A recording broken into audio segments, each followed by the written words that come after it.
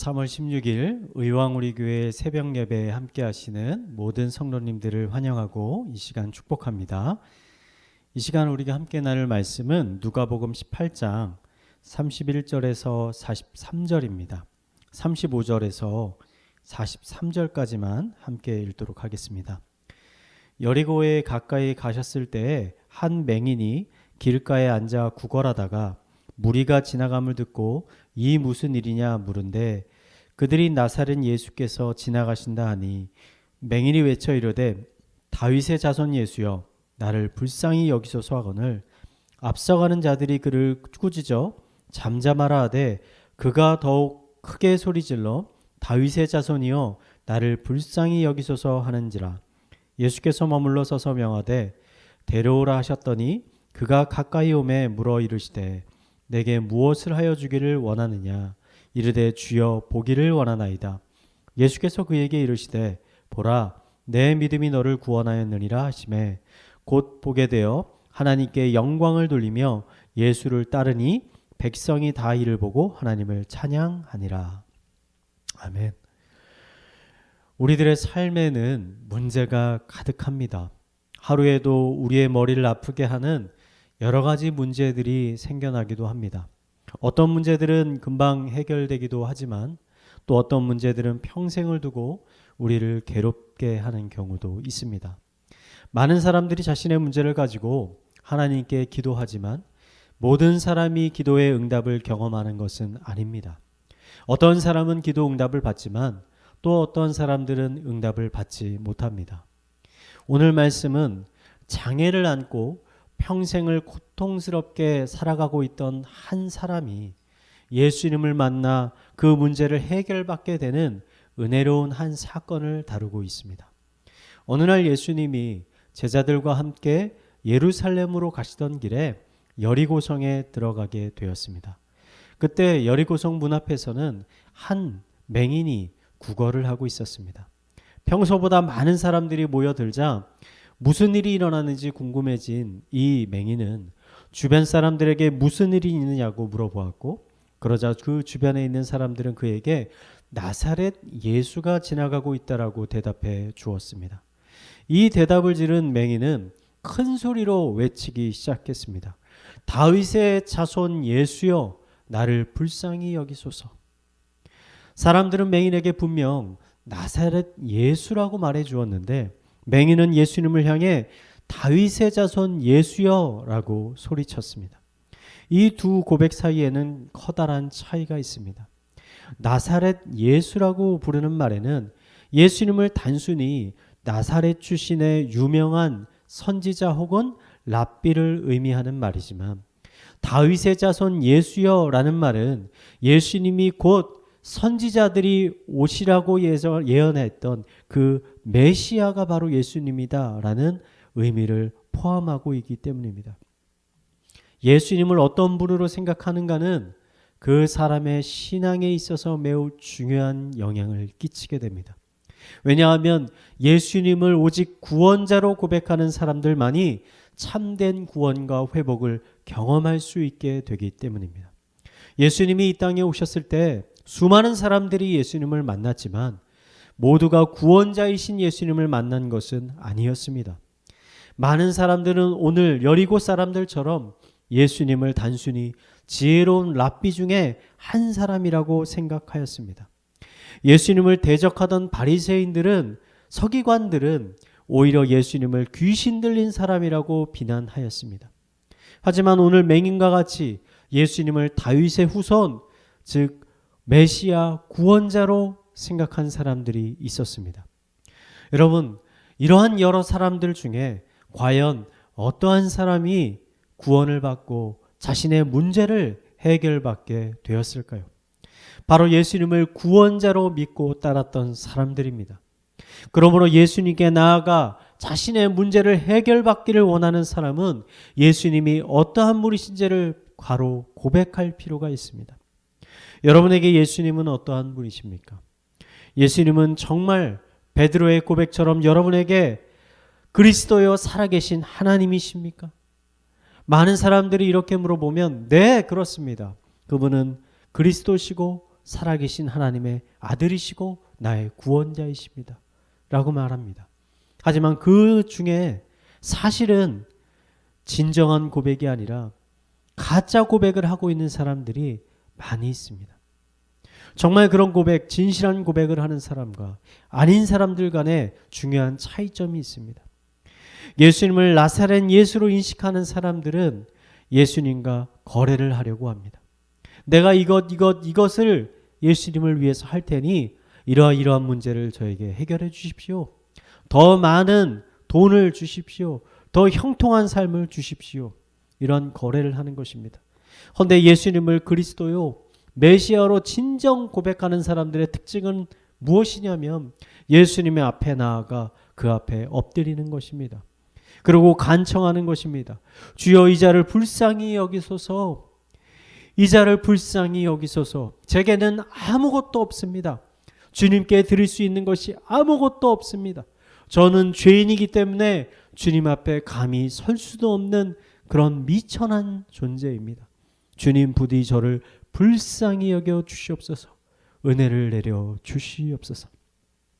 이러한 고백을 하는 사람들이 정말 예수님을 구원자로 믿고 있는 사람들입니다. 하나님은 이런 사람들에게 은혜를 내려 주십니다. 이런 사람들이 문제를 해결받습니다. 여러분 주변에 하나님께 은혜를 많이 체험했다는 사람들을 한번 살펴보시기 바랍니다. 똑똑한 사람들이 아닙니다. 잘난 사람들이 아닙니다. 잘 사는 사람들이 아닙니다. 오히려 겸손한 마음을 가진 사람들입니다.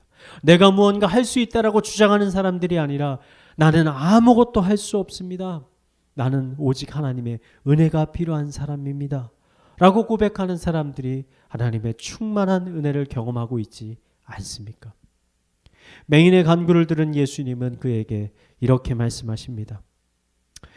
예수께서 그에게 이르시되 보라 내 믿음이 너를 구원하였느니라 하시매 보라 내 믿음이 너를 구원하였다. 맹인은 믿음을 가지고 있었고 결국 그 믿음이 열매를 얻게 되었습니다.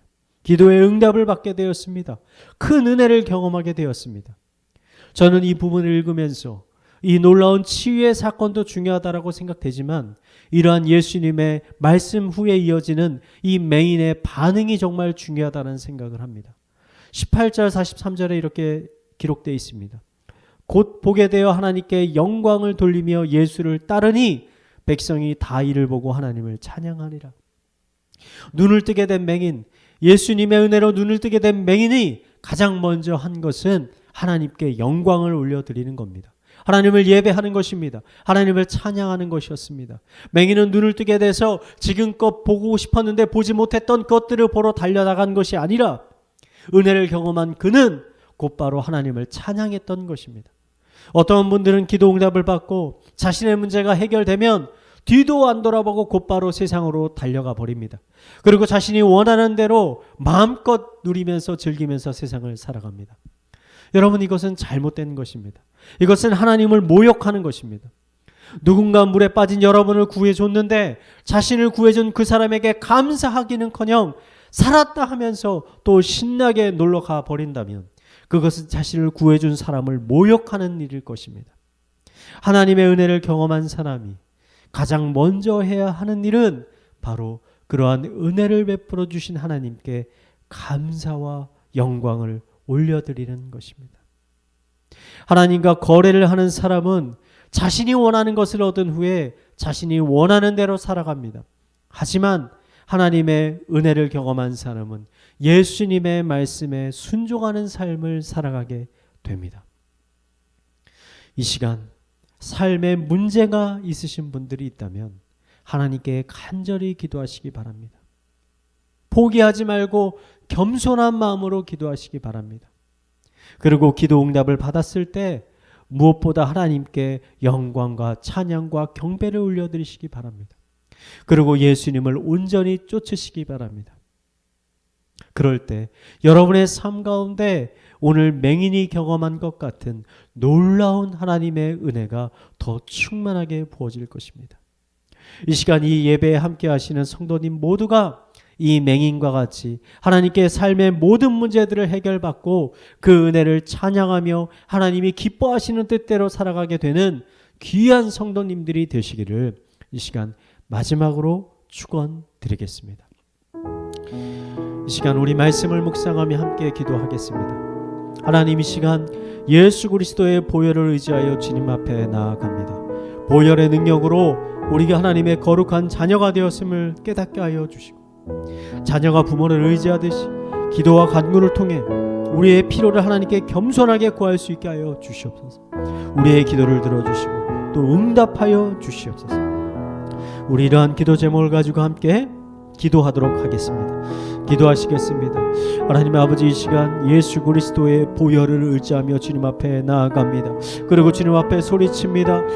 다윗의 자손 예수여, 이 자를 불쌍히 여겨 주시옵소서.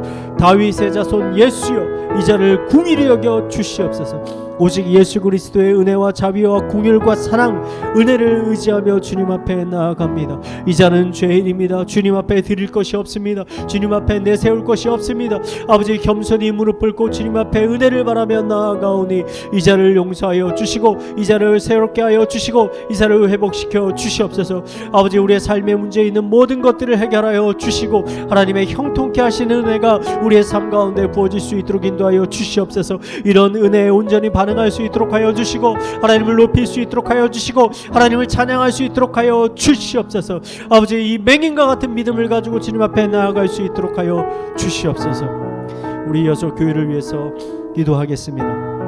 새로 시작하는 1학기 양육 훈련을 위해서 기도하겠습니다. 훈련을 준비하고 진행하는 교육자들에게 성령의 충만함을 부어주셔서 기쁨과 감사함으로 훈련을 준비하게 하여 주시옵소서. 훈련생들의 마음을 주관하여 주셔서 훈련을 통해 하나님을 더욱 알아가게 하시고 하나님을 더욱 믿고 의지하게 하여 주시옵소서. 우리 훈련을 위해서 우리 함께 기도하도록 하겠습니다. 기도하시겠습니다. 하나님 아버지, 1학기 양육 훈련을 위해서 기도합니다. 하나님이 준비한 많은 성도들이 아버지 이 훈련에 참여하게 되었는데, 아버지 훈련을 준비하고 진행하는 우리 교육자들의 심령 가운데 하나님 성령의 은혜를 부어 주시옵소서. 성령의 지혜를 주시옵소서. 성령의 능력을 주시옵소서. 성령의 사랑하는 마음을 주시옵소서. 예수 그리스도의 마음을 품고 아버지 이 훈련들을 준비하고 진행할 수 있도록 주님께서 인도하여 주시옵소서. 이것을 통해 하나님을 더 알아가게 하시고 하나님을 의지하게 하여 주시고 하나님을 깨닫게 하여 주시고 하나님을 믿도록 하여 주시고 아버지 하나님의 능력과 은혜를 더욱더 경험하는 아버지 우리 훈련이 될 수 있도록 주님께서 인도하여 주시옵소서. 이것을 통해서 의왕 우리 교회가 더 굳건히 서갈 수 있도록 주님께서 더 큰 은혜를 우리 심령 가운데 부어 주시옵소서. 우리 마지막으로 가정과 사회와 개인의 기도 제목을 가지고 함께 기도하도록 하겠습니다. 기도하시겠습니다. 하나님 아버지, 이러한 놀라운 은혜가 우리의 가정 가운데 부어질 수 있도록 인도하여 주시옵소서. 가족들의 건강을 주님께서 지켜주시고 그들의 심령을 지켜주시고 성령 충만케 하여 주시고 하나님을 더 붙잡도록 하여 주시고 아버지 부부가 한마음이 되어서 아버지 예수 그리스도의 능력의 이름을 붙잡을 수 있도록 인도하여 주시옵소서. 세상의 것들을 믿고 의지하는 것이 아니라 돈을 의지하는 것이 아니라 오직 살아계신 하나님의 능력을 의지하며 주님 앞에 아버지 나아가는 가정 될 수 있도록 주님께서 인도하여 주시